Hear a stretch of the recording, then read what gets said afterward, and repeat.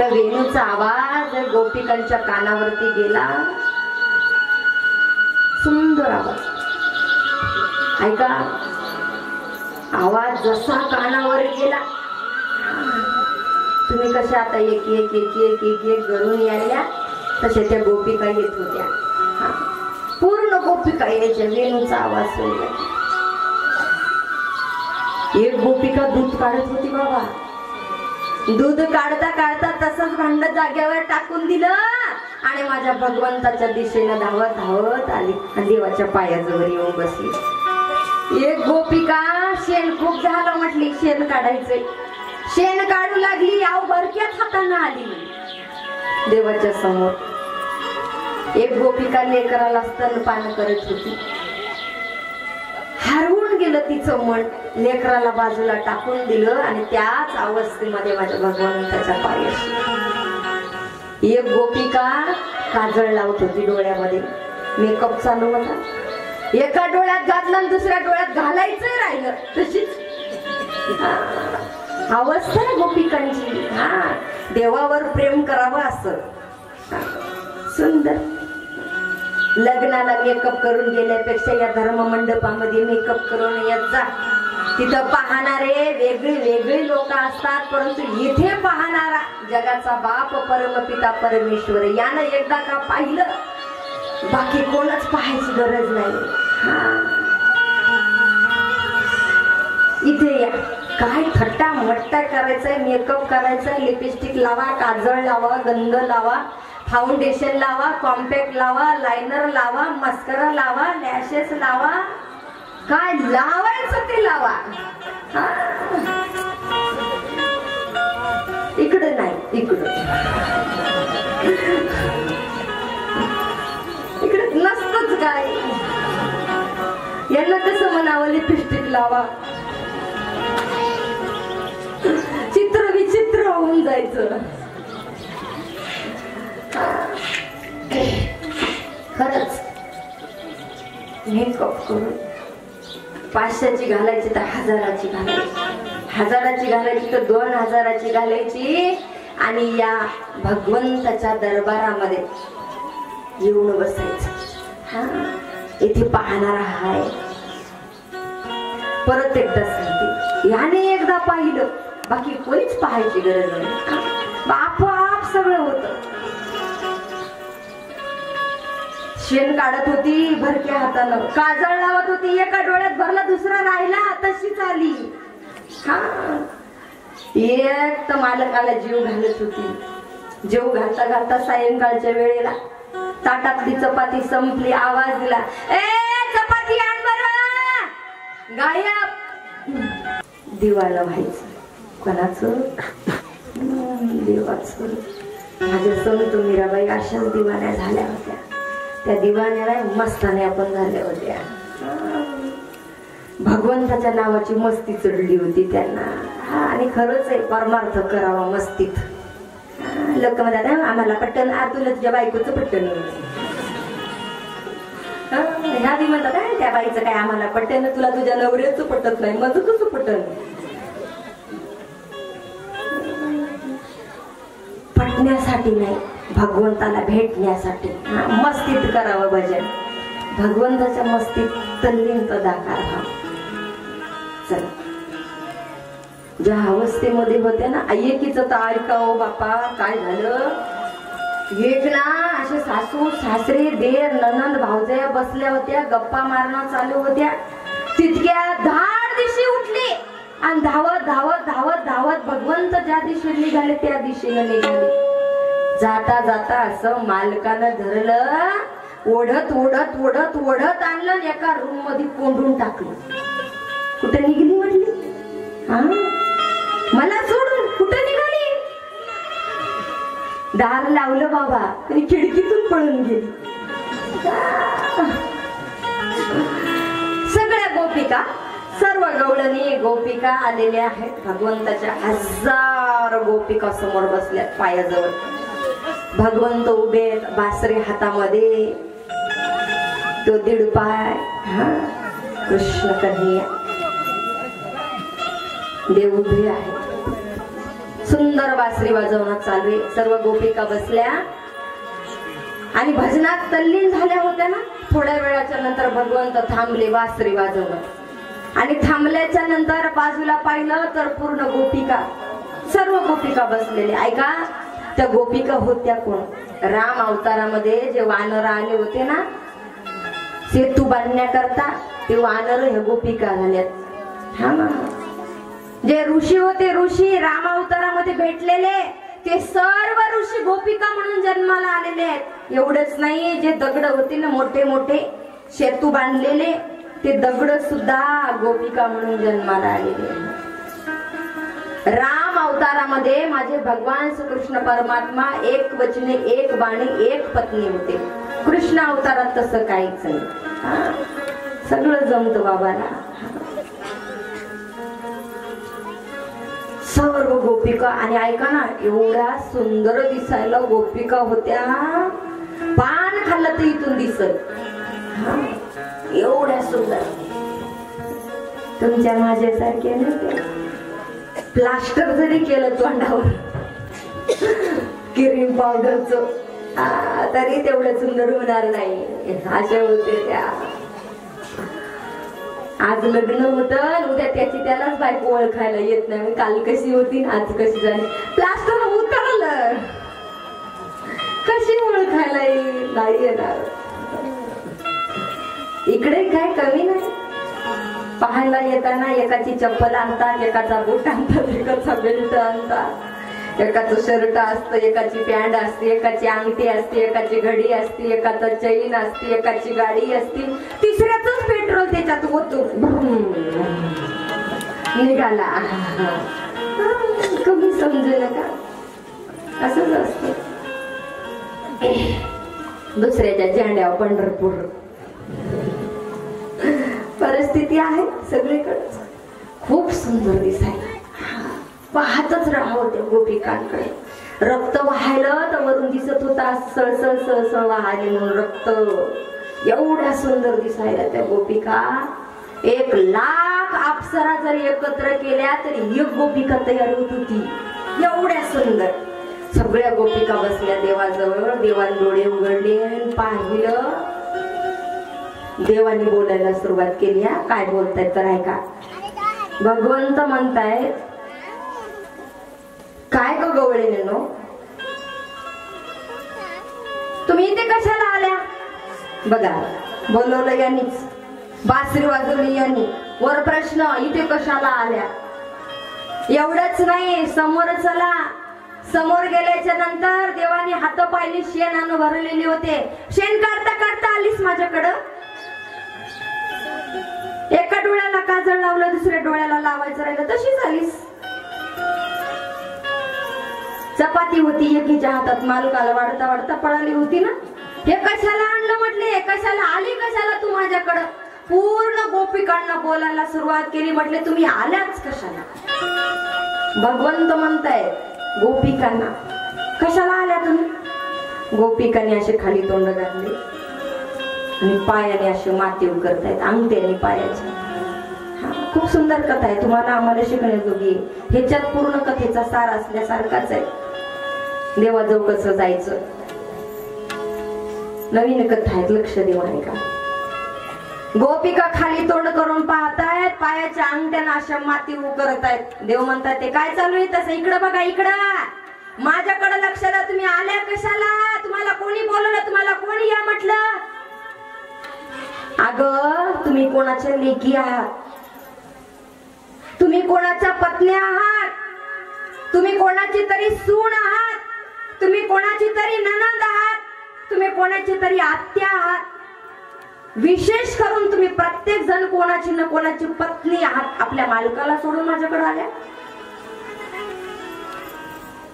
तुमचे मालक दिसायला सुंदर नाहीत म्हणून? हे बघा, जसा कसा असला तो तुमचा पती आहे, तो तुमचा मालक आहे, तो तुमचा भ्रातार आहे. त्याला सोडून तुम्ही माझ्याकडे आले? हा, मी दिसायला सुंदर आहे, बिन लग्नाचं आहे म्हणून माझ्याकडे आल्या. बघा कशी बोलतायत देव. हे बोलणं गोपिकांनी ऐकलं. हो नाही, सू नाही, मान हलवली नाही, हात हलवला नाही, फक्त पायानं माती उकरणं चालू आहे जमिनीला. चालू आहे. गोपिका खालीच. म्हटले अगं तुम्हाला काही वाटतंय का नाही? ऐका ऐका, माझ्याकडे लक्ष द्या. सांगायला सुरुवात केली. म्हटले दोघं पती पत्नी आहेत. दृष्टांत दिला देवाने स्वतः गोपिकांना. दोघं पती पत्नी आहेत, सुंदर संसार चालू आहे आणि त्या संसारामध्ये त्यांना एक छोटस बाळ जन्माला आलेलं आहे. 3 जण संसार चालू आहे, एका कुटुंबामध्ये राहत आहेत. गरीब परिस्थिती आहे.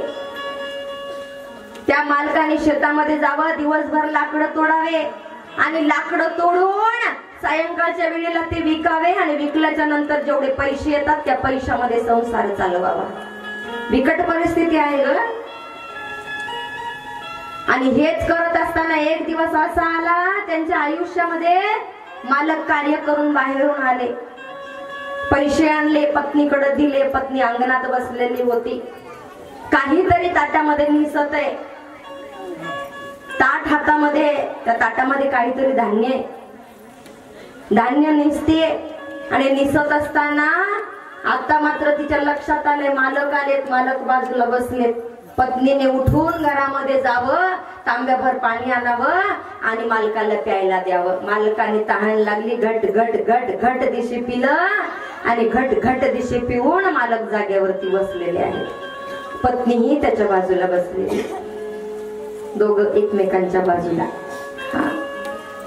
बसल्याच्या नंतर थोड्याच वेळेत चर्चा चालू आहे आणि चर्चा करत करत करत थकून आलेले मालक आहेत. पाणी पिलं आणि बोलता बोलता कधी डुकली लागली समजलंच नाही. झोप आली ग त्यांना. आणि त्या झोपेच्या भरामध्ये पत्नीच्या मांडीवर डोकं पडलं आणि जाग्यावर झोपू गेले. दृष्टांत फार सुंदर आहे. जाग्यावर झोपे गेले पत्नीच्या मांडीवरती. पत्नीच्या लक्षात आले माझे पती दिवसभर कष्ट करून आले. दिवसभर कष्ट करून आले, माझ्यासाठी आमच्यासाठी सर्व काही करतात. पत्नीने हातातलं ताट घेतलं, बाजूला ठेवलं आणि बाजूला ठेवल्याच्या नंतर पतीचं डोकं चेपायला सुरुवात केली. कधी हवा घालतीये, कधी डोकं चेपतीये, घाम आला तर घाम पुसतीये. सेवा चालू आहे पत्नीची, पतीची सेवा करते ती पत्नी. सेवा करत असताना समोर असं घडलं मायबाप हो, जे छोटस घरामध्ये बाळ होतं ना रांगणार, ते बाळ रांगत रांगत रांगत बाजूला चूल पेटलेली होती आणि त्या चुलीच्या दिशेनं जायला लागलं. जात असताना पत्नीने बाळाकडे पाहावं, त्या माईचं लक्ष आहे लेकराकडं. पतीकडे लक्ष आहे आणि लेकराकडे सुद्धा लक्ष आहे. त्या माईचं लक्ष गेलं लेकराकडे. लेकरू चुलीच्या दिशेने जातंय. गेल्याच्या नंतर त्याला कदाचित पोळू शकतं. आवाज देण्याचा प्रयत्न करते, पण जास्त जोरात जर आवाज दिला तर पती उठतील. थकून आलेत, कष्ट करून आले, सर्व माझ्यासाठी आपल्या परिवारासाठी करतात. सगळं माझ्यासाठी आहे, माझ्या संसारासाठी आहे. आणि थकून येऊन ते आत्ता त्यांना डोळा लागलाय, आवाजाने उठतील म्हणून पत्नी शांत आहे, आवाज देण्याचा प्रयत्न करते, परंतु आवाज मात्र घशाच्या बाहेर काढू शकत नाही. काय करावं त्या परिस्थितीमध्ये? ऐका, त्या क्षणाला ती बाळ चुलीमध्ये गेले आणि जाळ लागलेला आहे त्या चुलीला. ढाण ढाण ढाण दिशे जाळ लागलेला आहे आणि अक्षरशः लेकराला पोळाले भाजले, ते रडतय लेकरू. परंतु ऐका, या पत्नीने पत्नी धर्म सोडला नाही. तिचं सर्वस्व म्हणजे तो पती आहे, तो परमेश्वर आहे. एका स्त्रीच्या आयुष्यामध्ये सगळ्यात महत्वाचा व्यक्ती जर कोण असेल तर तो तिचा मालक आहे. आणि तिने तिच्या मालकाची सेवा केली. ते लेकराचं काय हो, काही हरकत नाही, परंतु मालकाला सोडून ती लेकराला वाचवायला गेली नाही. तिनं तिचं कर्तव्य पार पाडलं. आणि तुम्ही तुमच्या मालकाला सोडून माझ्याकडे आले. उदाहरण दिलं देवाने. आता तुम्ही मला सांगा, देवाचं बरोबर आहे का त्यांचं बरोबर आहे?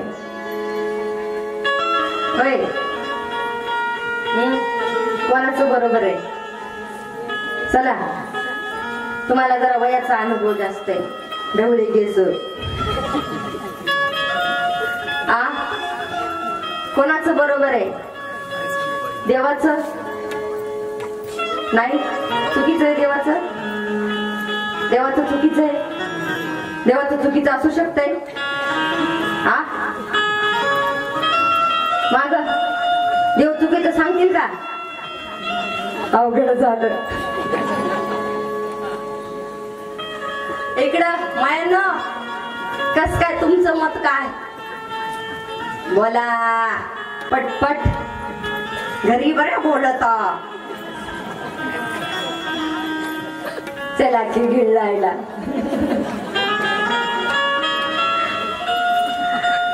राग मानू नका ग मायानो, खरंच मानू नका. मी एखादा शब्द जर बोलत असेल ना, कोणाला लागत असेल तर, आता आपली ओळख झाली म्हणून सहज आपण माणूस प्रेमाने बोलतो ना, तसं बोलते मी तुमच्याशी.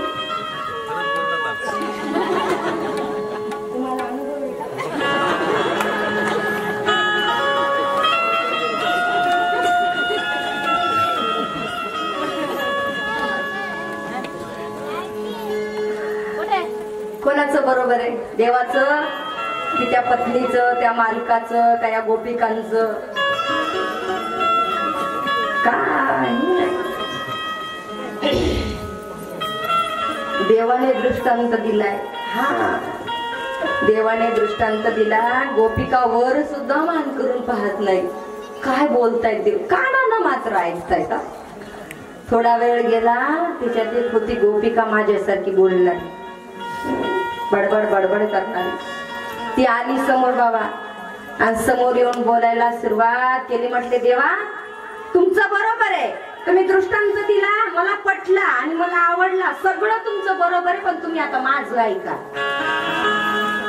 गोपिकाने देवाला बोलायला सुरुवात केली. काय म्हणते तर ऐका. गोपिका म्हणते, तुम्ही सांगितलं तसंच एक जोडपं गावात होतं. हा एकमेकांवरती एवढं प्रेम करणार, खूप अफाट. झोपताना सोबत, उठताना सोबत, प्रत्येक कार्य करताना, जेवताना सोबत आहेत, कुठलंही कार्य करताना.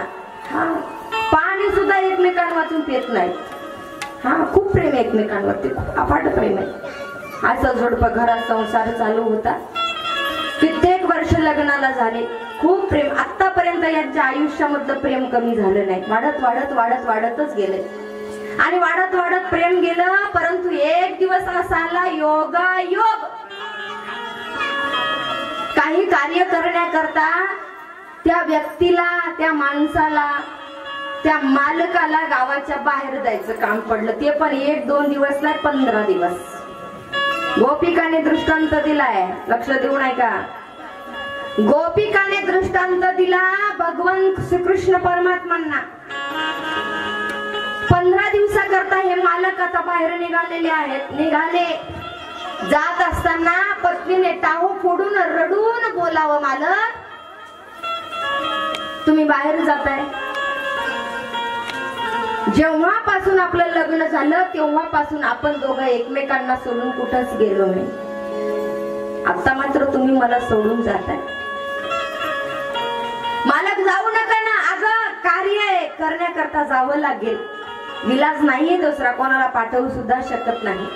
मालक मला आता झोप येणार नाही, प्रयत्न तर करावे लागतील. मालक मला आता तुमच्याशिवाय जेवण सुद्धा जाणार नाही. सकाळ दुपार संध्याकाळ ताटाला ताट लावून आपण जेवत होतो, आता कसं करायचं मालक? मालकाने प्रसाद जोपर्यंत ग्रहण करत नाही तोपर्यंत मालकीनबाई सुद्धा खात नाही. पतीला सांगायला सुरुवात केली, परंतु आता मात्र त्या ठिकाणी मालकाने सांगायला सुरुवात केली. म्हटले ऐक, वेळ तर फिक्स माहीतच आहे, कोण्या टायमाला जेवण करायचंय. त्या टायमाला मी सुद्धा तिकडे जेवण करेल, त्याच टायमाला तू सुद्धा इथे जेवण करायचं. कसं?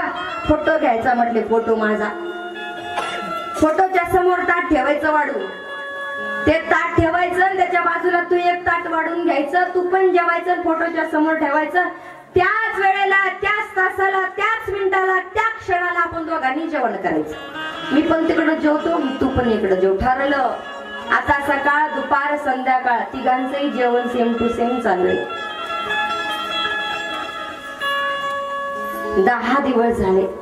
15 दिवसाची बोली होती.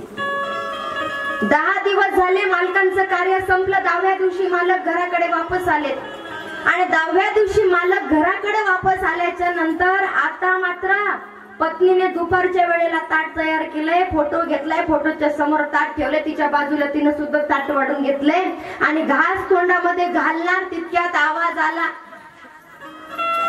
दार ठोठवण्याचा. दार उघड. यांनी ताट वाढून घेतलं होतं. जेवण चालू झालं. दार उघडायला तयार नाही. परत आवाज दिला, अगं दार उघड ग, मी आलो. मालकांचा आवाज कानावरती पडलाय. आता माझा प्रश्न तुम्हाला एक आहे, तुम्ही दार उघडून जेवण करसाल की फोटोच्या समोर बसून जेवण करसाल? दार उघडून इकडं, दार उघडून माग, कस काय? दार उघडून का? ठरलं? इकडं तर विचारायचं कामच नाही. ठरलं? दार उघडूनच जेवण करणार. फिक्स आहे. पक्के राहा. बाजू पलटायची नाही. पार्टी बदलायला जमणार नाही. ठरलं सगळ्यांचं? दार उघडून मालकांना बोलवायचं, एकमेकांच्या समोर जेवायचे बसून. ठरलं? हा बरोबर आहे. मग गोपिकांनी सुद्धा तेच म्हणायला सुरुवात केली. म्हटले, आतापर्यंत आम्ही फोटो समोर बसून संसार करत होतो, फोटो समोर बसून जेवण करत होतो. आज मात्र आमचे खरोखरचे मालक आले तर त्यांनी आम्हाला आवाज दिलाय आणि आम्ही आमच्या मालकाकडे आलो. यांचा मालक कोणता? खरोखरचा. आतापर्यंत माती सोबत आम्ही राहत होतो, मातीच्या पुतळ्यासोबत राहत होतो, बाहुल्यांसोबत राहत होतो, फक्त खेळत होतो, आम्ही लहान होतो. आज कुठं तू आम्हाला आवाज दिला वेणूच्या स्वरूपामध्ये आणि आज मात्र आम्ही आमच्या खरोखरच्या मालकाकडे आलो. आता देव गपचूप. ऐका उत्तर. देव गपचूप बसले. गोपिका तिथंच आहे, वाट पाहताय. कधी कधी वेणू वाजवतील, कधी कधी बासरी वाजवतील आणि आम्ही त्या बासरीमध्ये गुंग व्हावं. माती उकरणं चालूच आहे. पायाने थांबली नाही ती अजून. इथे खड्डा झाला पायाखाली. माती उकरून उकरून देवाने विचार म्हणजे काय? मैं तो सुध बुध खोई तेरे प्यार में, मैं तो सुध बुध खोई तेरे प्यार में, सब कुछ भूल गई तेरे इंतजार में, सब कुछ भूल गई तेरे इंतजार में, जोत जला दे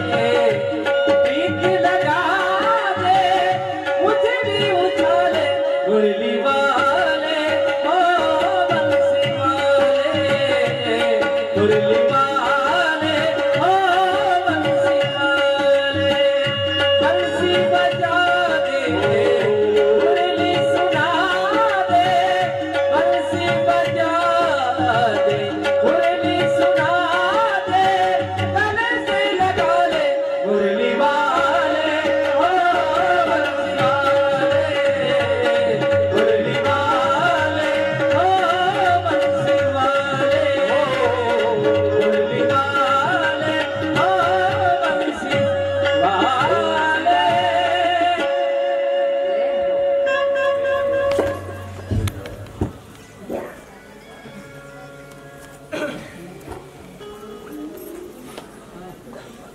सुदबुद विसरले. देवाने विचारलं, म्हटले काय करताय असं? काय चालू आहे तुमचं? मी तुमच्याशी बोलतोय. त्या गोपिकांनी बोलायला सुरुवात केली. म्हटले कान्हा, तू आमच्याशी असा बोलतोयस, आता आमच्या मनात एकच आहे, पायांना माती उकरायची उकरायची उकरायची, खड्डा होईल आणि त्या खड्ड्यात जीव देऊन टाकायचा. तू जर आम्हाला आपलंसं करून घेतलं नाही तर या जीवनाला अर्थ नाही, त्यापेक्षा मेलेलं बरं. गोपिका म्हणताय भगवंताला मेलेलं बरं म्हटलं. कानावर शब्द पडले, आता देवाने वेणू वाजवायला सुरुवात केली.